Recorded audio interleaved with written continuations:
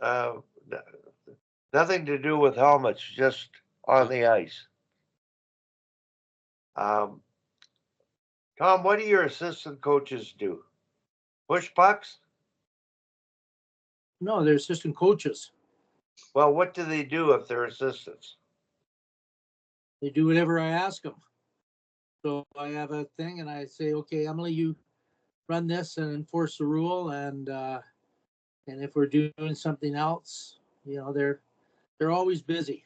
I Yeah. kind of I plan the practice and I make sure things are happening because there's things happening in different places. So my assistant coaches are coaching. I'm kind of running the practice. You know, I'll call everybody together, make big points, and I blow the whistle and end it, and we move to the next thing. But my assistant coaches are busy the whole time. That's what I do. Well, I'm finding that the assistant coaches I watch push pucks.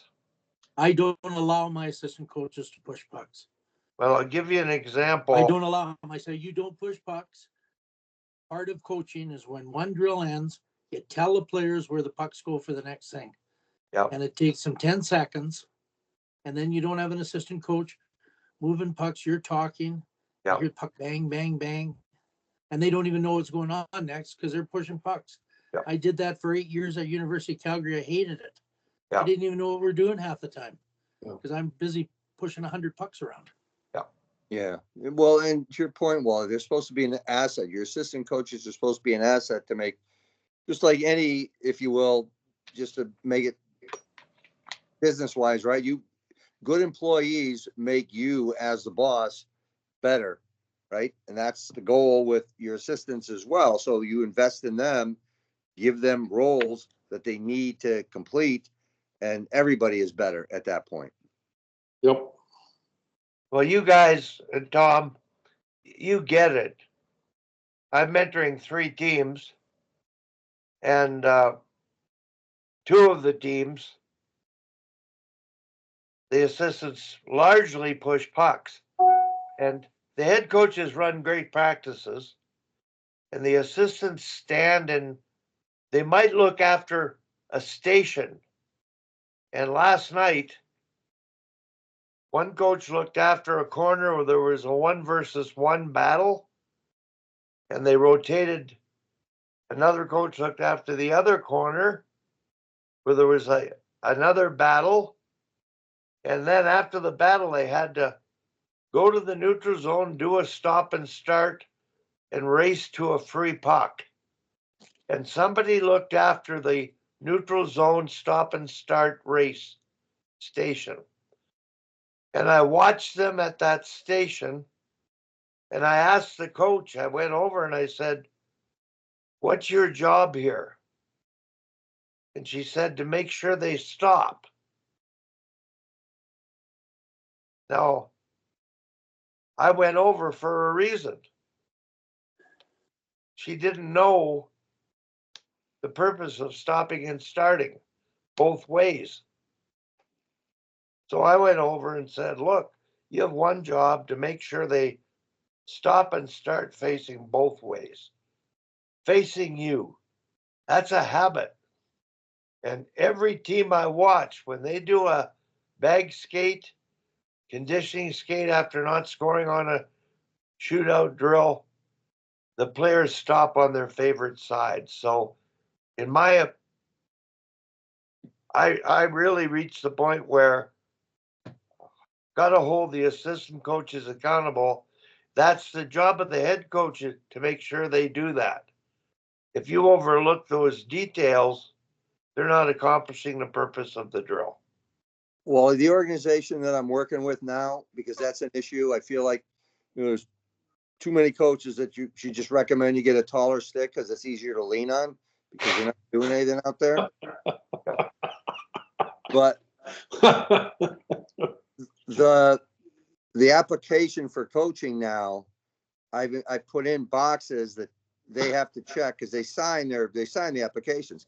They have to check that they'll know what the practice is before they get on the ice, that they will be engaged the head coach will give them specific jobs on the ice, and they'll know exactly what they're supposed to be doing out there. So now there'll be some measure of accountability within the group to at least be able to say, hey, stop leaning on your stick. You remember that on your coach's application that you filled out, you said that you would do X, Y, and Z. I think it's great that you're volunteering, but volunteering doesn't mean you don't get to do anything. If you're not here to make the kids better, then there are other individuals who also want to volunteer, and maybe they're a better option now. So trying to give them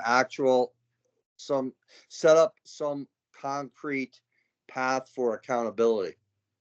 That's what we're going to be doing next fall. If you put a page together with that on it, please share it with me because it's absolutely essential. Yeah. I'll find the coach's application and send it out to you. You can see what they Yep. do. Yeah.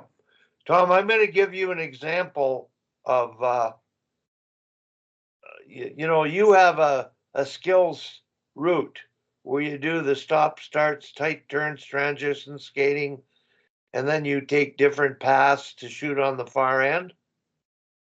And, well, I've got all of our teams have a skating route with a puck.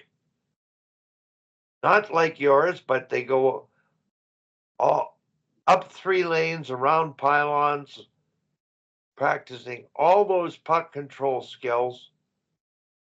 And I've watched it 2 months ago and I noticed they all had their heads down and were looking at the puck.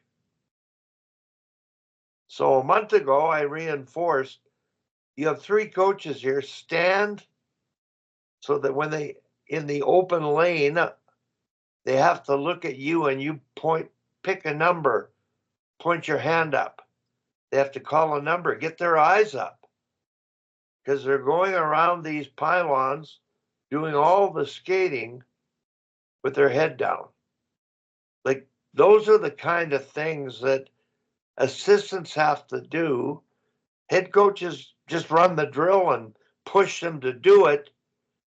And they do it really well with that. With the eyes down, they're not learning to look up and see the game. They're not stopping and starting both ways. They're developing a bad habit.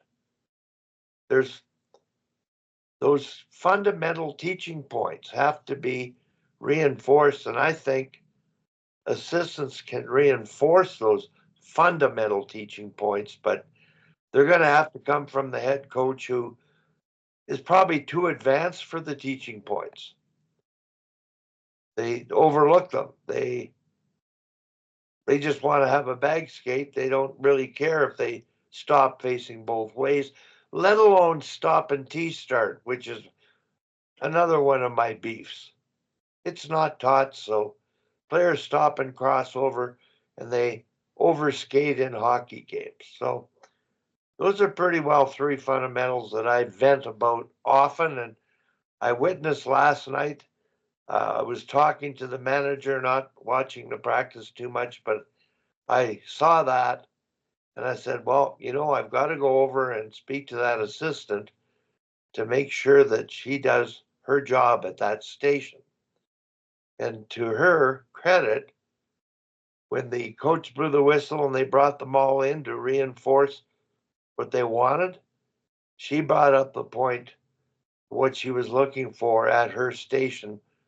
And she made sure they looked at her. But it's a little detail, but I don't know, habits are important and they're going to win hockey games. So, Well, the Swedes call it split vision. So you have I do a lot of chaos things that you have to have your head up or you're going to run into people. Yeah. And, just you have to develop that ability to actually see. well, We got a suspension last week because my player headed to the net with her back to the puck and their player headed to the puck. And they hit kind of shin pads. But my player was way bigger than their player. So their player got hurt. So my player suspended for 2 games for kneeing. And there was no knee ever happened. And that's all about split vision and being aware of the ice. You know, it's just you have to see things around you. Tom, you practice with Shayla, eh? Combined special teams practice? Yeah. How did that go? That went great. We took 10 minutes. Well, I sent the plan to everybody. We took turns with a power play, 5-on-4, 5-on-3, 4-on-3. And you know, you don't work on 4-on-3 very much, right? And 6-on-5, which was really good to have because we hadn't touched that for a long time. And then we ended up with a shootout. And it, you know, was really. I think I shared with you a while ago, but I'm going to do it again. Shayla did something with the eyes up that I thought was brilliant. The jerseys were all mixed up, but she put the players in units with colored tape on their helmets. Yellow on the front, back, and sides, so that they didn't have the same jerseys when they were doing small area games. They had to look at the head up and see the color on the helmet.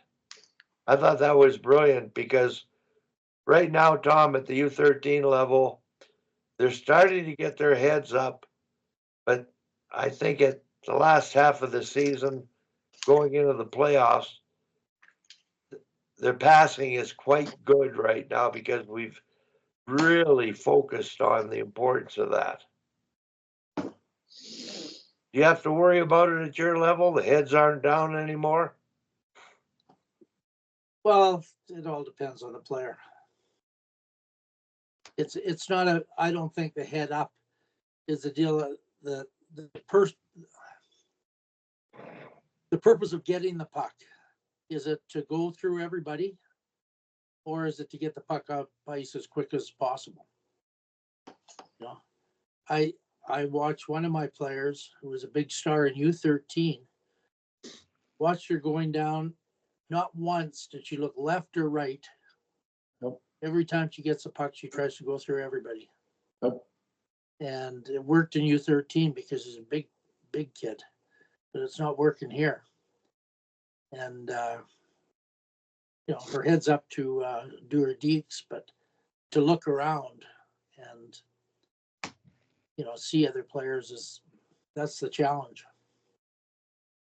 So we're starting I actually have a meeting next week with the people that are going to run our summer skills camp. And so for this age group, which should be Phantoms, 14 and under kids. And I know as a group that we're really weak on good skating but more importantly, you know, passing and catching the dang puck. We got better at it over the season. And I'm convinced some kids don't want to catch the puck. So that's another issue. But then I've been thinking about, and I certainly love some input, that I want them to, you know, there's a lot of things that happen in hockey that just happen over and over and over again, right? Zone entries, which is either a 1-on-1 or should be a 2-on-1. How do you know, what are the choices? How do you execute? How do you read that? 2-on-1 out of the corner, 2-on-1 off the half wall, scissors plays and cycling as ways to kind of help them learn to play together rather than just the guy with the puck.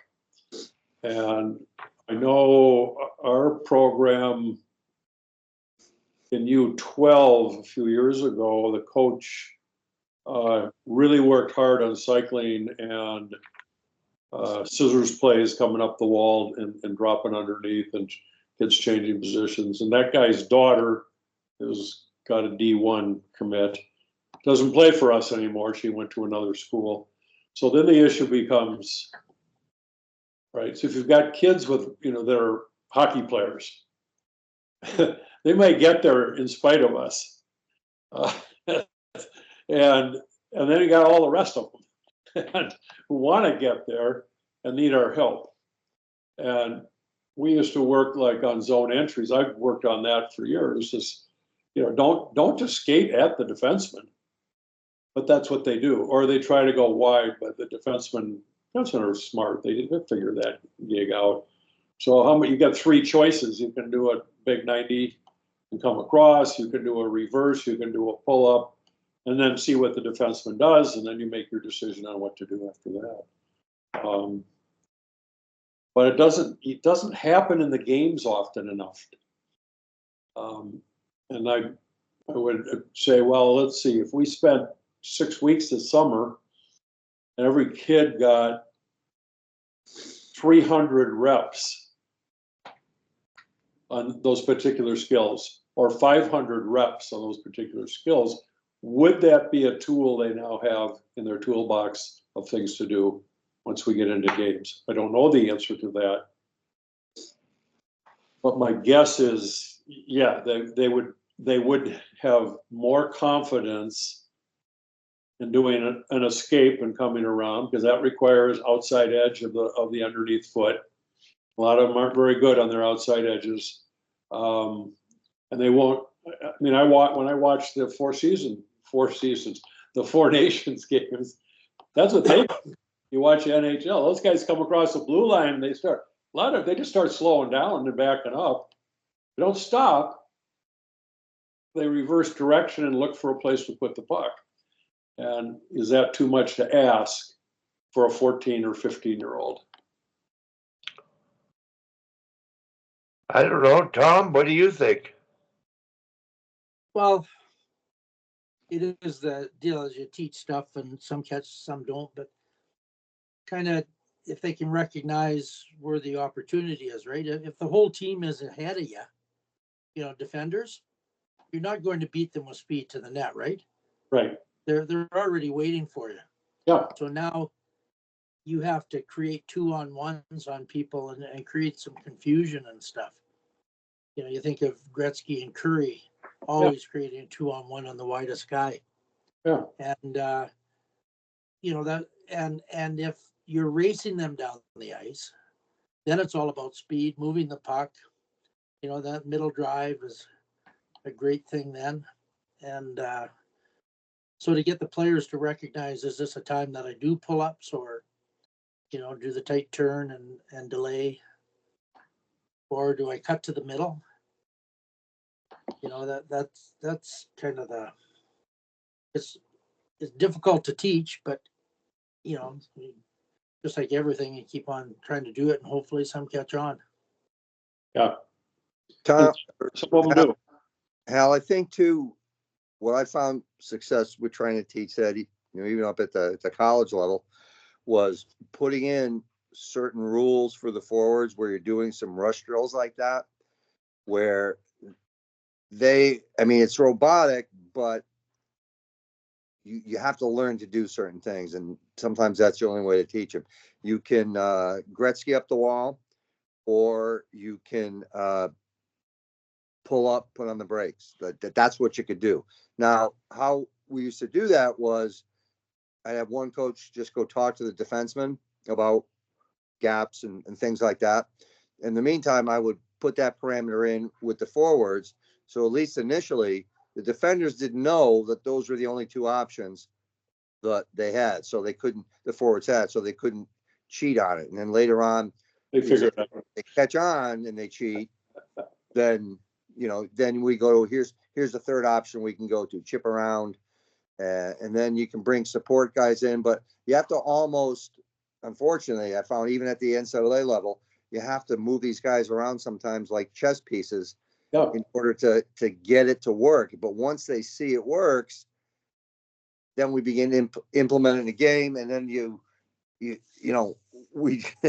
we'd go ad nauseum and try to find every clip I could in a game of them doing it where it was successful, and drill it into their heads that way, because they, visually they learn much easier very often than verbally. No, I agree. I mean, you have to teach us, you have to teach fundamental things like that, and then they can create off of it once they master that. Yeah.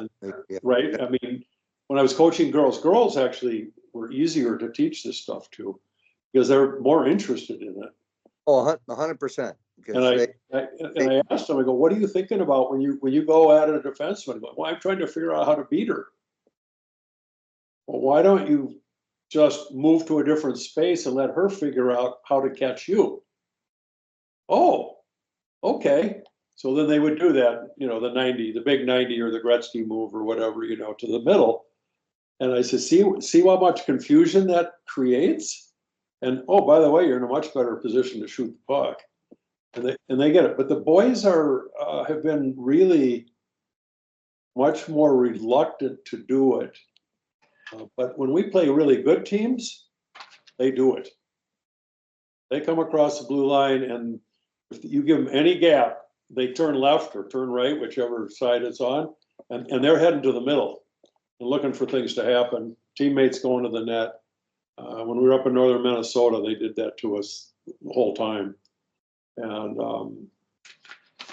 but you got to have the skating skills. You have to be able the ability to carry the puck on your stick. And to Eddie Jeremiah, hockey school, smart, sneaky look, head down, eyes up, that kind of thing. That's what he taught us back in the 50s.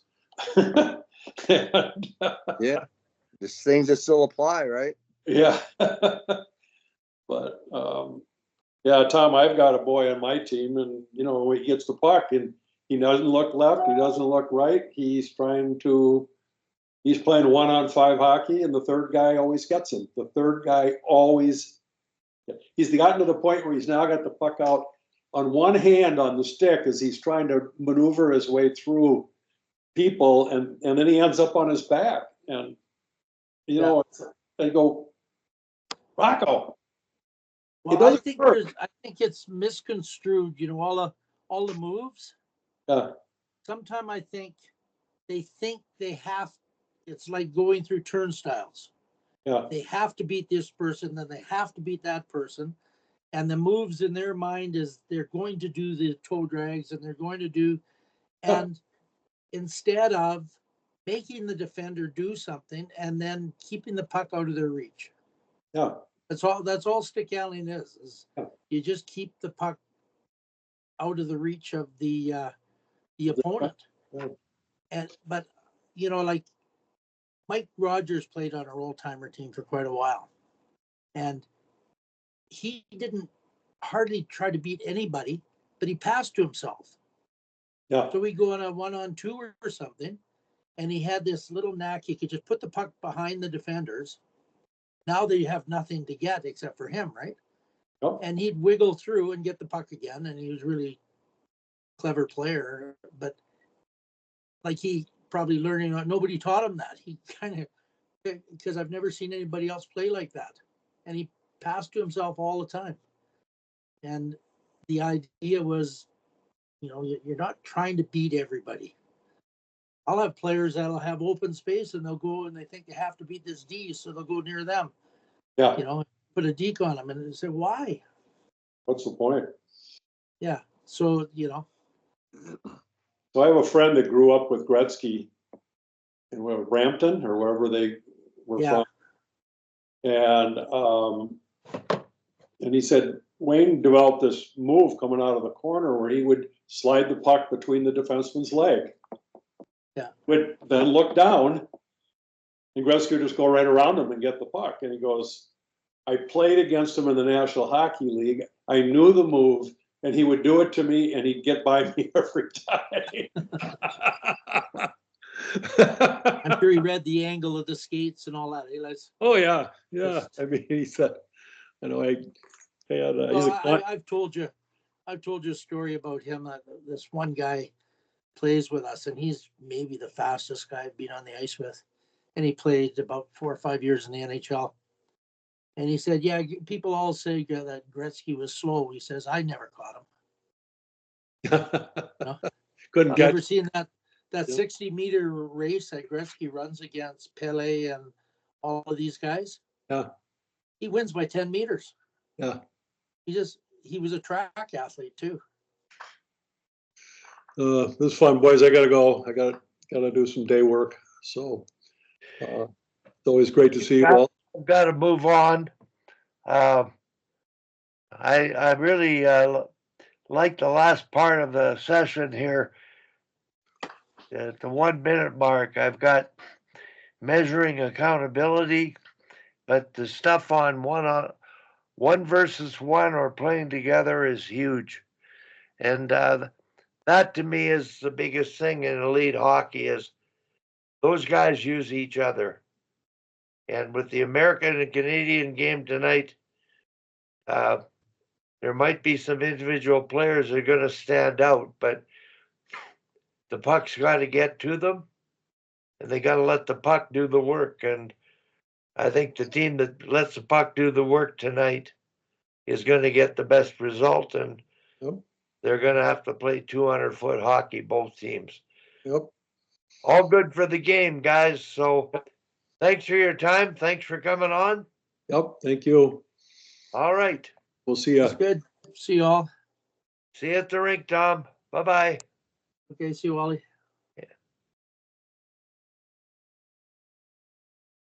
I just planning my I planned my practice. I just